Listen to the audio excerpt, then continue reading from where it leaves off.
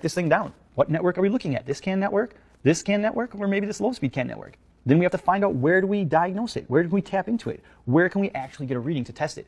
And that's exactly what I'm trying to explain in this class today. And this is simple. Remember, this is what we're looking at now. I mean, that's crazy. I tried to count. I believe there's 80 modules on here. And remember, this is only 2/3 of it. So there might be 100 modules on this car. But we can't let that intimidate us. This is the first step to winning and the first step of failing, I guess I would say. So when you get a communication issue, we need to break it down. And there's a lot of different ways to do that. And one of the easiest ways to do that is just like this.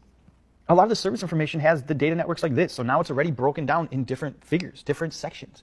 But it's still a lot to look at. And it goes again why we can't just go right at CAN. Look at this. Look at all these CANs. CAN 1, CAN 2, CAN 3, 5, 8, powertrain, info. I mean, you'll go nuts trying to look at this all at once. So we have to break it down. We have to look at the network in sections to be successful. And let's look at a case study. We'll break one down and it'll make more sense. So this is a 2021 Cadillac Escalade, hence why I picked that initial diagram. And quick backstory on this is it was at another shop, and it was the fuel pump driver modules replaced. I mean, Chevy's never had any problem with fuel pump driver modules, yeah.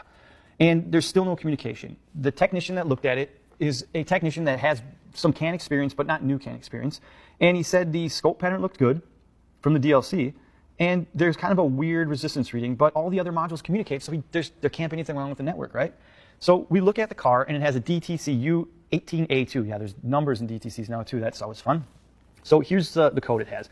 And we confirm there's no communication with the fuel pump control module. So where do we start?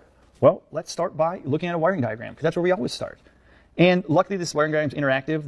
The one I'm showing you is a little easier than you may have to go through, but it's really good for learning. So this is why we're using this one. But the first thing we do is we check to make sure there's power and ground. I mean, that's the first thing you're going to do when you're diagnosing these networks, but you got to check to make sure there's power and ground. And there is. So what do? We have no communication. Let's look at the network. Let's break it down. So what do we find the communication lines right here, and it says data communication schematics. And if I click on that, it brings me right here. Whoa. That's only one. That's not bad, right? And remember, I said it's not always going to be this easy. Sometimes we have to look at each one to try to find where they're going, but we still need to break them down. Now, look at what we had before. We had 24 CANs or 24, so now we can cross all this stuff out. And we only need to look here. We're already making this big thing, and we're making it smaller, because this is the only thing we need to look at, because this is where this module is going. We had this before. We get nothing out of that. Now we have this.